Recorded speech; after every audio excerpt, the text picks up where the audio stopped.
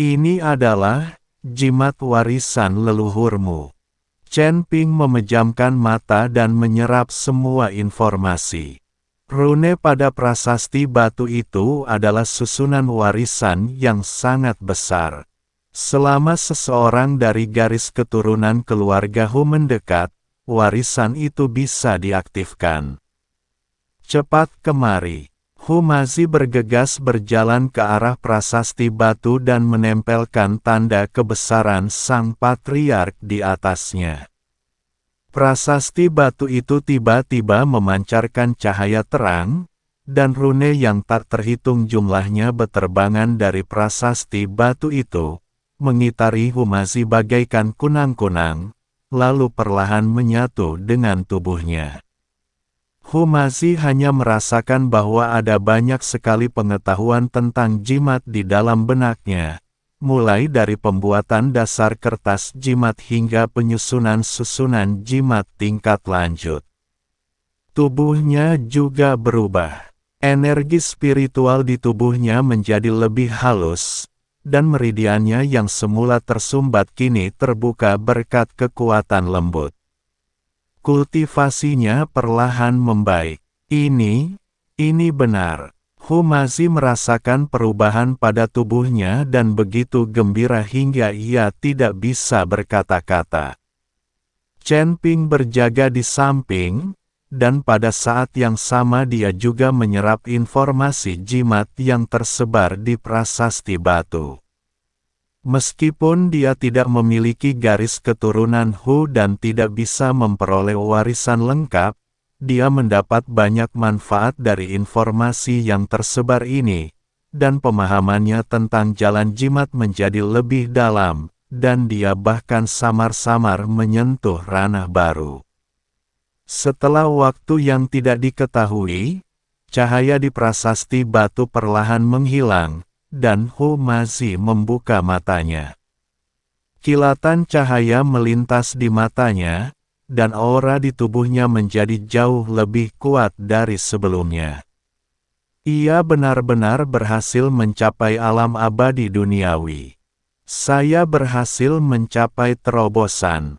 Hu Mazi mengepalkan tangannya, merasakan kekuatan yang mengalir deras di tubuhnya. Terima kasih telah mengingatkanku, kalau tidak, aku akan kehilangan warisan ini. Kau telah membangkitkan kekuatan bawaanmu. Kekuatanmu tidak akan meningkat secepat ini hanya dengan mengandalkan warisan. Chen Ping tahu bahwa Hu Mazi awalnya sangat kuat, tetapi setelah beberapa reinkarnasi, kekuatannya tampaknya tersegel. Sekarang, dengan bantuan kekuatan warisan, kekuatan Hu Mazi telah terbuka sebagian, sehingga ia dapat segera mencapai alam abadi duniawi. Kekuatan Hu Mazi akan semakin meningkat di masa depan. Tatapan Chen Ping tertuju pada sederet karakter kecil di bagian bawah prasasti batu. Sepertinya kita harus mempercepat. Prasasti batu itu mengatakan bahwa seorang jenderal iblis kuno disegel di area inti jurang pemakaman iblis.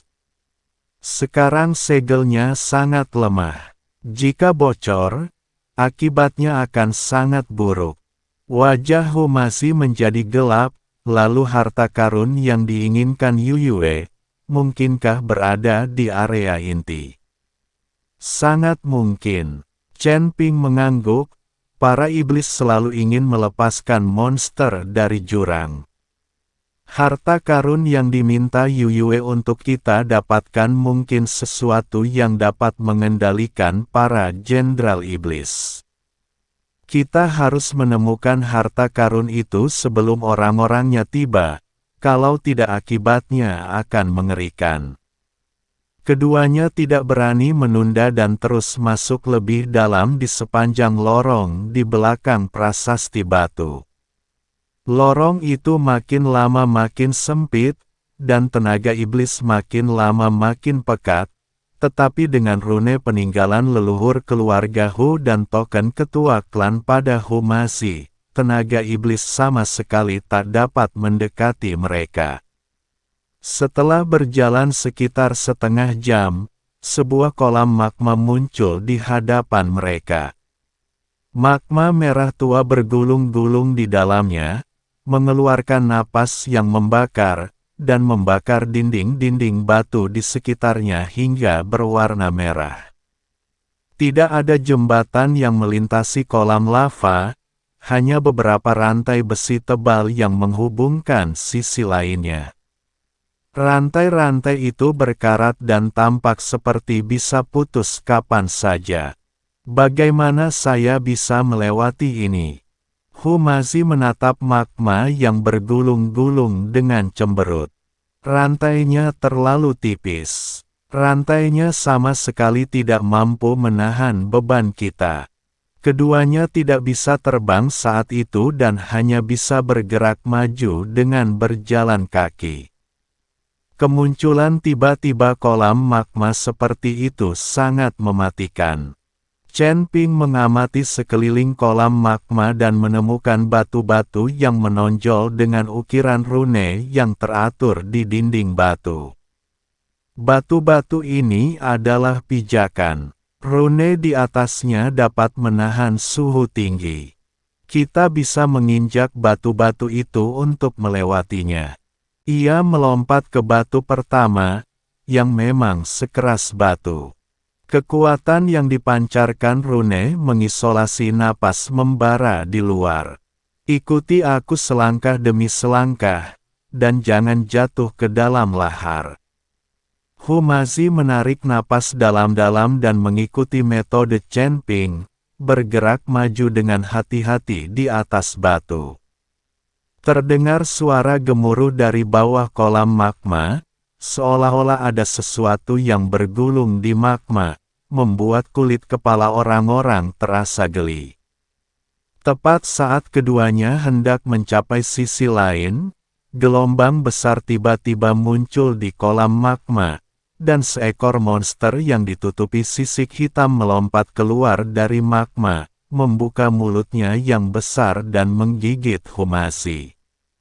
Hati-hati, Chen Ping menarik Humazi ke sisinya, dan pada saat yang sama, dia mengeluarkan pedang pembunuh naga dan menebas ke arah kepala monster itu. Dengan suara klang yang nyaring, energi pedang jatuh ke sisik monster dan dipantulkan kembali. Monster itu meraung dan mencambuk kedua pria itu dengan ekornya seperti cambuk baja, menghancurkan batu-batu di bawah kaki mereka. Itu kadal iblis magma. Humazi mengenali monster itu. Kitab-kitab kuno mengatakan ia memakan magma. Ia kebal terhadap pedang dan senjata, serta kebal terhadap air dan api. Chen Ping menatap mata monster yang berkobar-kobar itu, dan hatinya bergetar. Kelemahannya seharusnya ada di matanya. Tuan Hu, gunakan jimatmu untuk menahannya. Humazi segera mengeluarkan beberapa lembar kertas jimat, menyuntikkan kekuatan spiritual ke dalamnya, dan melemparkannya ke kadal iblis. Kertas jimat itu berubah menjadi beberapa jaring cahaya keemasan di udara, melilit tubuh kadal iblis itu.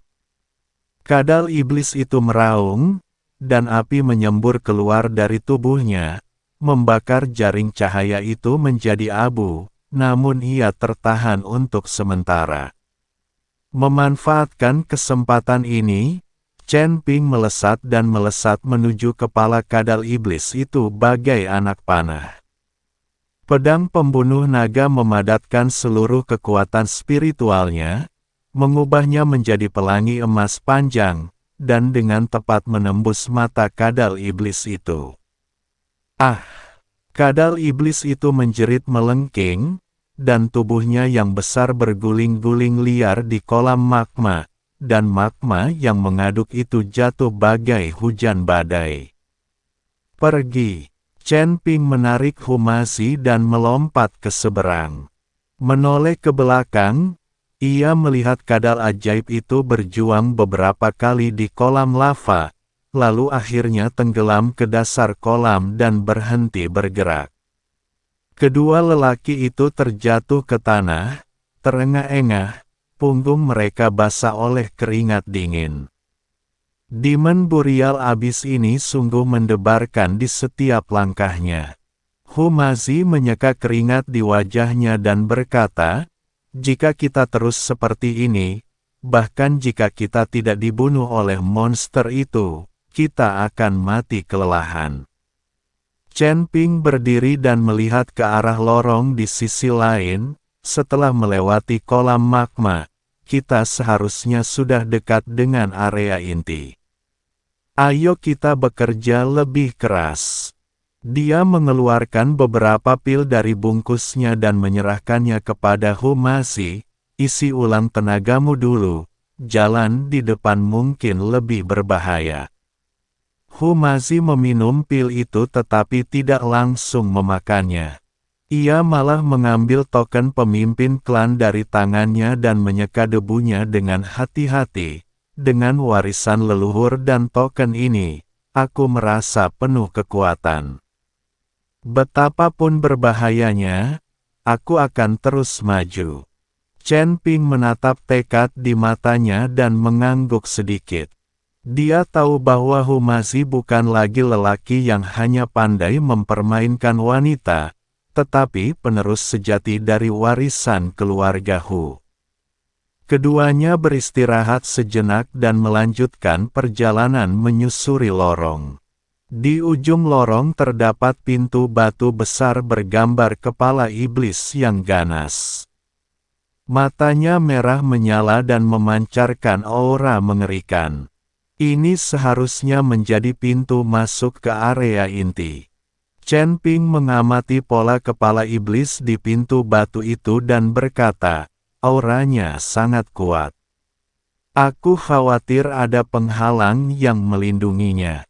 Humazi menempelkan token pemimpin klan di gerbang batu. Cahaya pada token tersebut bertabrakan dengan cahaya merah dari pola kepala iblis, menghasilkan suara mendesis. Gerbang batu itu mulai bergetar hebat, dan cahaya merah di mata pola kepala iblis itu menjadi semakin terang, seolah-olah menjadi hidup. Tidak, token pemimpin klan tidak bisa membuka pintu ini. Humazi menarik tangannya, mengerutkan kening. Pembatasan pada pintu batu ini ditetapkan oleh para iblis, dan itu saling bertentangan dengan rune leluhur. Chen Ping berjalan mengelilingi pintu batu dan menemukan beberapa rune kecil di celah pintu, yang mirip dengan rune manusia yang pernah dilihatnya di koridor sebelumnya. Sepertinya kita harus menggunakan metode jimat untuk membukanya. Apakah ada metode yang tercatat dalam warisan leluhurmu untuk mematahkan larangan klan iblis? Humazi memejamkan mata, mengingat informasi yang terkirim dari prasasti batu, dan tiba-tiba matanya berbinar, dimengerti. Jimat yin yang dapat mematahkan batasan ini. Yin dan yang saling melengkapi dan saling menangkal, yang dapat menetralkan roh jahat para iblis. Dia mengeluarkan 2 lembar kertas jimat dari lengannya, dan menurut metode yang diwariskan, dia menggunakan kekuatan spiritualnya sebagai pena untuk dengan cepat menggambar 2 jimat.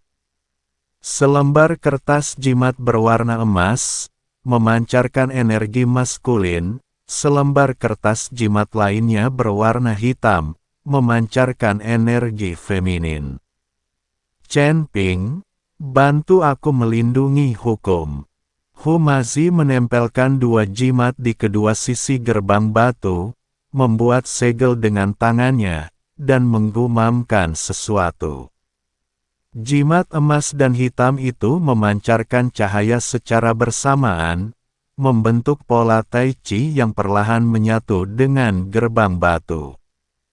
Pola kepala iblis mengeluarkan raungan marah, lampu merah dan pola Tai Chi saling bertabrakan, dan gerbang batu bergetar hebat, seolah-olah akan runtuh kapan saja. Pada saat ini, pola kepala iblis di gerbang batu tiba-tiba membuka mulutnya yang besar dan menyemburkan kabut hitam, menyerang Humasi. Tatapan Chen Ping tajam, dan pedang pembunuh naga langsung terhunus. Energi pedang emas menghalangi Humasi seperti perisai, memotong kabut hitam berkeping-keping. Fokuslah untuk melanggar larangan, serahkan ini padaku. Setelah kabut hitam itu terpotong, ia berubah menjadi kelelawar kecil yang tak terhitung jumlahnya yang menerkam ke arah mereka berdua. Kelelawar ini seluruhnya berwarna hitam dengan mata merah, dan jelas-jelas diubah oleh roh jahat. Chen Ping mendengus dingin, dan kekuatan spiritual di tubuhnya bersirkulasi. Sebuah perisai emas muda menyelimuti mereka berdua. Kelelawar itu menghantam perisai itu, mengeluarkan suara, mendesis, dan segera menghilang. Humasi tak berani teralihkan. Ia membentuk segel dengan tangannya semakin cepat, dan cahaya jimat yin yang semakin kuat. Cahaya merah pola kepala iblis di gerbang batu perlahan meredup, sementara pola Tai Chi semakin jelas. Akhirnya, dengan suara dentuman keras, gerbang batu perlahan terbuka. Di balik gerbang batu terdapat ruang luas, seperti istana bawah tanah. Di tengahnya terdapat altar hitam dengan pedang panjang tertancap di atasnya. Pedang itu berwarna hitam pekat dan memancarkan aura dingin. Area di sekitar altar dipenuhi dengan kerangka, baik dari setan maupun manusia, dan jelas terlihat bahwa pertarungan brutal telah terjadi di sana. Apakah itu harta yang Yu Yue inginkan? Humasi menunjuk pedang panjang di altar dan berkata, kelihatannya seperti pedang ajaib.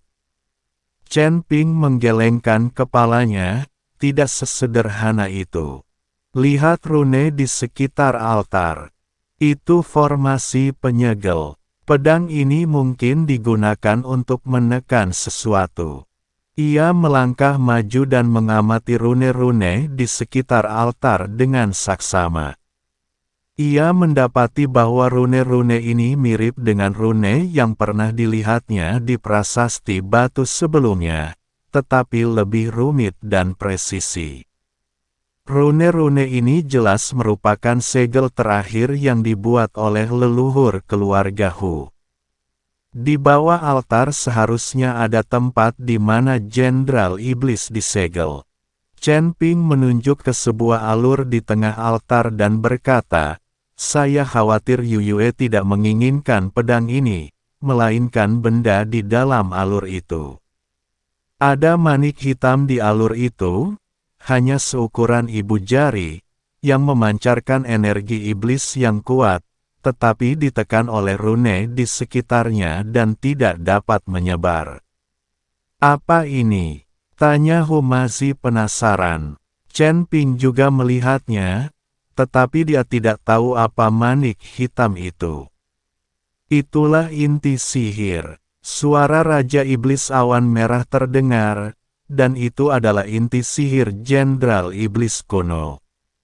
Dengan inti sihir ini, kita bisa mengendalikan Jenderal Iblis yang tersegel. Jenderal Iblis. Chen Ping tertegun dan bertanya dengan bingung, Senior, apakah Jenderal Iblis ini lebih kuat darimu? Raja Iblis Awan Merah mencibir, jika dia lebih kuat dariku, dia tidak akan tertindas di sini. Dia tidak sekuat aku. Pada saat ini, altar tiba-tiba bergetar hebat, inti sihir hitam meledak dengan cahaya yang menyilaukan, dan rune di sekitar altar dengan cepat meleleh seperti es dan salju. Tekanan besar datang dari bawah altar, dan seluruh istana bawah tanah mulai berguncang, seolah-olah ada sesuatu yang akan keluar dari tanah. Oh tidak, segelnya hampir rusak. Wajah Chen Ping berubah drastis. Yuyue mungkin sudah tahu ini akan terjadi sejak lama. Dia meminta kita datang dan mengambil inti sihir hanya untuk membuat kita menghancurkan segelnya. Raungan memekakkan telinga terdengar dari bawah altar, dan retakan besar muncul di tanah. Energi iblis hitam menyembur keluar dari retakan dan mengembun menjadi bayangan iblis setinggi puluhan kaki. Bayangan iblis itu memegang kapak raksasa dan berwajah garang. Dialah Jenderal Iblis kuno yang tersegel. Hahaha, akhirnya aku keluar. Suara Jenderal Iblis itu meledak bagai guntur, menyebabkan gendang telinga mereka sakit. Sudah 2800 tahun berlalu, dan aku tak menyangka ada yang berani membuka segel ini. Wajah Humazi memucat, dan tangan yang memegang token pemimpin klan sedikit gemetar. Ini, Jenderal Iblis kuno. Auranya begitu kuat. Chen Ping melindungi Humazi di belakangnya, dan kekuatan spiritual di tubuhnya meledak tanpa ragu. Pedang pembunuh naga mengeluarkan suara berdengung dan memancarkan energi pedang yang tajam. Ia baru saja membuka segelnya dan kekuatannya belum pulih sepenuhnya. Kita masih punya kesempatan. Tatapan mata sang Jenderal Iblis tertuju pada Chen Ping, dan secercah penghinaan terpancar di matanya. Kau hanya seorang kultivator manusia, berani bersikap begitu lancang di hadapanku. Matilah sebelum aku. Ia mengayunkan kapak raksasanya dan menebas ke arah mereka berdua. Bilah kapak hitam itu, dengan momentumnya yang menggetarkan bumi, merobek udara di seluruh istana bawah tanah. Chen Ping tidak berani gegabah, ia menarik Humazi dan melompat menghindari kapak itu. Mata kapak itu jatuh ke tanah dengan suara keras, dan jurang tak berdasar pun tercipta di tanah, kerikil beterbangan di mana-mana. Senior, orang ini sudah keluar. Kau harus bergabung denganku dan bunuh dia sekarang juga. Dia tidak sehebat dirimu. Chen Ping buru-buru memanggil Raja Iblis Awan Merah untuk merasukinya, lalu membunuh Jenderal Iblis itu. Namun Chen Ping berteriak lama sekali, tetapi Raja Iblis Ciun tampaknya tidak mendengarnya. Sial, pura-pura mati. Tuan Hu, temukan cara untuk memperkuat segel itu lagi. Chen Ping tak punya pilihan selain meminta Humazi untuk memperkuatnya, sementara ia bergegas menuju Jenderal Iblis dengan pedang pembunuh naga di tangan. Aku akan menahannya. Dia tahu bahwa mustahil untuk mengalahkan Jenderal Iblis kuno hanya dengan kekuatan dua orang, dan satu-satunya cara untuk memiliki kesempatan bertahan hidup adalah dengan menyegelnya kembali. Humazi juga bereaksi dan segera mengeluarkan kertas jimat dan mulai menggambar jimat untuk memperkuat segel sesuai dengan metode yang diwariskan oleh leluhurnya. Ketika Jenderal Iblis melihat Chen Ping berani menyerang, jejak kemarahan terpancar di matanya, dan dia mengayunkan kapak raksasa ke arah pinggang Chen Ping. Chen Ping menghindar seperti hantu dan pada saat yang sama memanggil pedang pembunuh naga. Energi pedang emas jatuh menimpa Jenderal Iblis itu seperti tetesan air hujan. Akan tetapi, sang Jenderal Iblis memiliki pertahanan yang sangat kuat, dan energi pedang hanya meninggalkan bekas putih samar padanya, tanpa menimbulkan kerusakan berarti sama sekali. Percuma saja, Tubuh iblisku kebal terhadap pedang dan tombak. Dengan kemampuanmu yang terbatas, apa kau pikir kau bisa melukaiku? Jenderal Iblis itu tertawa arogan dan mengayunkan kapak raksasa itu lagi, memaksa Chen Ping mundur berkali-kali. Chen Ping cemas, ia bisa merasakan kekuatan Jenderal Iblis itu mulai pulih. Jika ini terus berlanjut, apalagi memperkuat segelnya, mereka berdua akan mati di sini. Pada saat ini, dia tiba-tiba teringat ramuan batin naga ajaib dan buru-buru mengambilnya dari tangannya. Ramuan batin itu memancarkan energi iblis yang kuat, yang dapat digunakan untuk menekan Jenderal Iblis untuk sementara waktu. Dia menyuntikkan kekuatan spiritual ke dalam ramuan batin, dan ramuan batin itu langsung meledak dengan cahaya hitam yang menyilaukan dan terbang menuju Jenderal Iblis. Ketika sang Jenderal Iblis melihat ramuan batin itu, sekilas keserakahan terpancar di matanya dan dia mengulurkan tangan untuk mengambilnya. Sekarang, Chen Ping memanfaatkan kesempatan itu, pedang pembunuh naga berubah menjadi aliran cahaya dan menebas ke arah lengan Jenderal Iblis. Disertai suara klang yang keras, bekas darah tertinggal di lengan sang Jenderal Iblis, dan darah hitam menyembur keluar. Pengadilan kematian. Sang Jenderal Iblis mengeluarkan raungan marah, lalu mengayunkan kapaknya ke arah Chen Ping dengan kecepatan beberapa kali lebih cepat dari sebelumnya. Chen Ping menghindar dengan cepat, tetapi bahunya tetap terkena kapak. Tubuh emasnya yang tak terhancurkan langsung hancur berkeping-keping, meninggalkan luka di bahunya yang cukup dalam hingga tulangnya terlihat. Energi jahat hitam dengan cepat menyebar di sepanjang luka. Chen Ping, Humazi berteriak kaget dan ingin maju untuk membantu, tetapi dia terkunci oleh nafas Jenderal Iblis dan tidak bisa bergerak. Chen Ping menggertakkan giginya dan mengaktifkan teknik konsentrasi di tubuhnya untuk menyerap energi jahat yang menyebar. Dia tahu bahwa dia tidak bisa menunda lebih lama lagi dan harus menemukan kelemahan Jenderal Iblis itu sesegera mungkin. Dia mengamati tubuh iblis itu dan menemukan sisik putih di dadanya, yang sama sekali berbeda dari sisik hitam di tempat lain. Itu titik lemahnya. Chen Ping tak lagi menghindar dan bergegas menuju kapak raksasa sang Jenderal Iblis. Pada saat yang sama, ia memusatkan seluruh kekuatan spiritualnya pada pedang pembunuh naga. Energi pedang emas itu meledak dengan cahaya yang belum pernah terjadi sebelumnya. Bertindak gegabah. Jenderal Iblis itu meraung dan mengayunkan kapak raksasanya ke arah kepala Chen Ping dengan kekuatan yang luar biasa.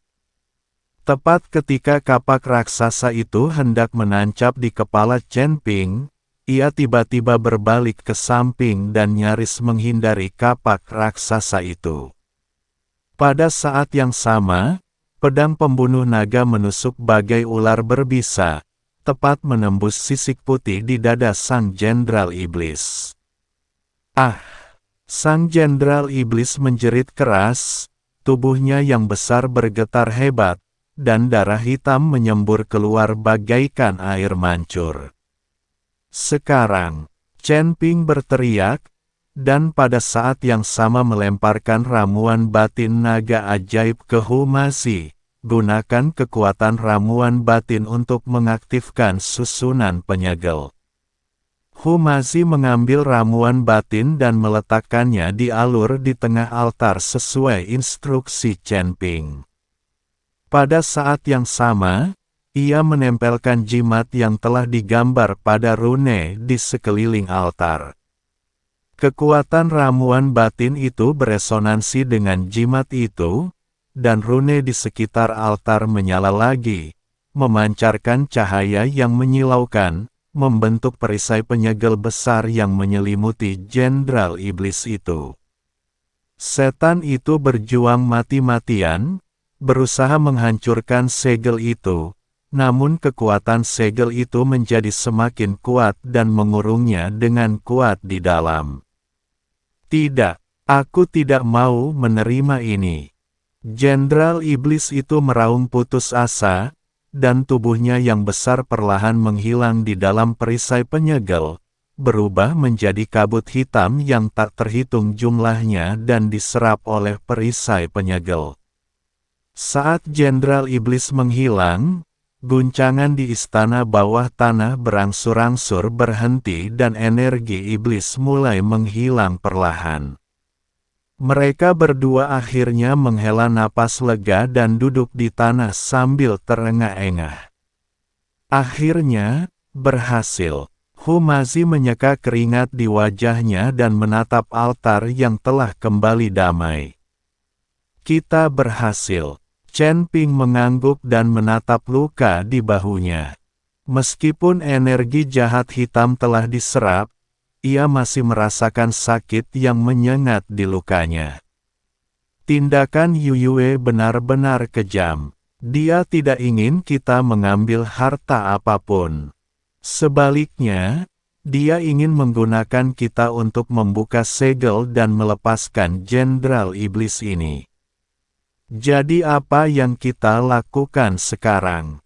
Humazi memandang inti sihir di altar dan bertanya, apakah kamu masih menginginkan inti sihir ini? Ambil saja. Kenapa tidak diambil saja? Chen Ping berdiri, berjalan ke altar, dan mengambil inti sihir. Inti sihir ini mengandung energi iblis yang sangat besar. Meskipun tidak bisa digunakan secara langsung, mungkin bisa digunakan untuk menghadapi Yuyue. Lagi pula, kita tidak bisa datang ke sini tanpa hasil. Dia menyimpan inti sihirnya dan menatap pedang hitam di altar. Pedang ini juga harta karun. Meskipun pedang sihir, pedang ini sangat kuat. Mungkin ada baiknya disimpan. Humazi juga berdiri dan berjalan ke sisi Chen Ping. Ia melihat luka di bahu Chen Ping dan mengerutkan kening. Lukamu tidak apa-apa, hanya cedera ringan. Chen Ping tersenyum dan menggunakan kekuatan spiritualnya untuk menyembuhkan luka-lukanya. Ayo kita pergi dulu. Kita tidak boleh lama-lama di sini. Keduanya kembali melalui rute yang sama dan tidak menemui bahaya di sepanjang jalan. 3 hari berlalu ketika mereka berjalan keluar dari celah dan kembali ke tanah Gunung Jiupan.